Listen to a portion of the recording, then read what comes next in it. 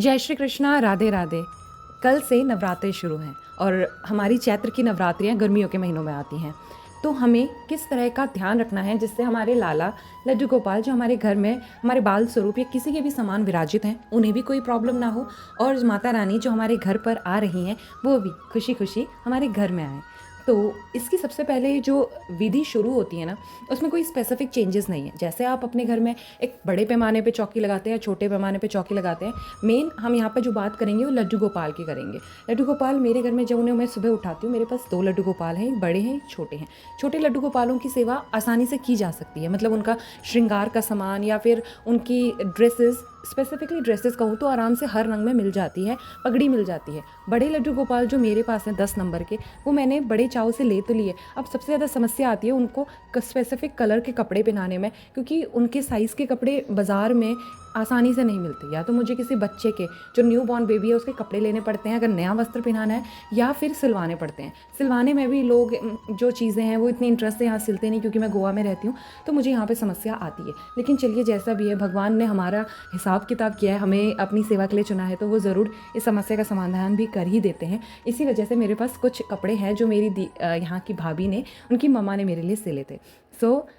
अब चैत्र नवरात्रि में होता क्या है कि जो माता की चौकी लगती है, कई लोग पूछते हैं कि क्या साथ में ही हम अपने कन्हैया की, हमारे लड्डू गोपाल की चौकी या उनके स्थान को रख दें।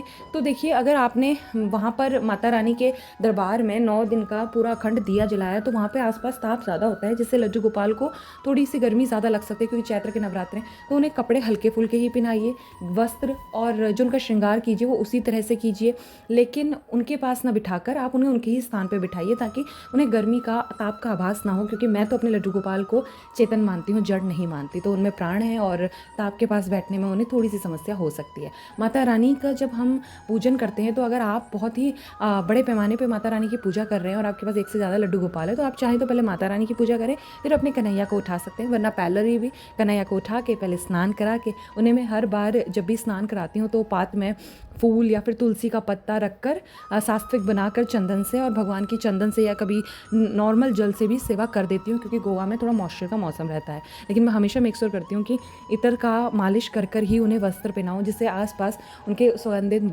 माहौल बना रहे। फिर प्रसादी में मैं हमेशा एक स्पेसिफिक फल, मेवा और दूध रखती हूँ। जो लोग ये पूछते हैं अगर फल ना हो तो वो मेवे भी रख सकते हैं। एक दीपक जलाइए भगवान के आगे, और हाँ, पूरा श्रद्धा भाव दिखाइए, क्योंकि भगवान भाव के भूखे होते हैं। और ये सब तो जो भौतिक सुख है वो तो हर इंसान अपनी औकात के हिसाब से बढ़ाता और घटाता रहता है।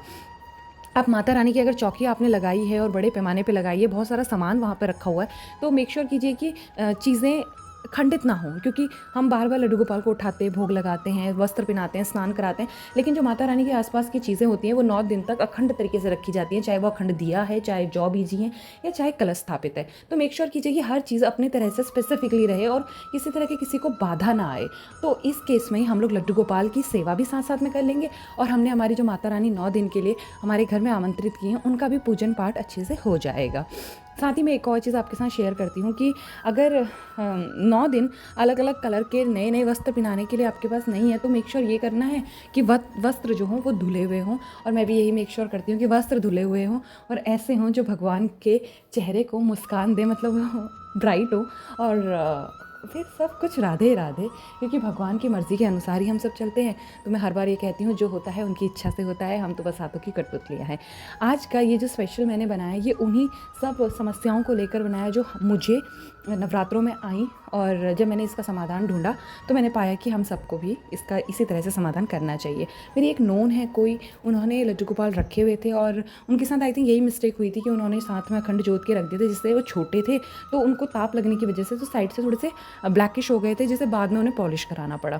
तो उन्हें कोई समस्या ना हो इसका हमें मेक श्योर करना है, क्योंकि वो वस्त्र भी पहनते हैं और वस्त्र भी जो है उसमें आग ना लगे, पूरे घर में कोई हताहत ना हो, इसके लिए हमें एक स्पेसिफिक डिस्टेंस मेंटेन करने की ज़रूरत है।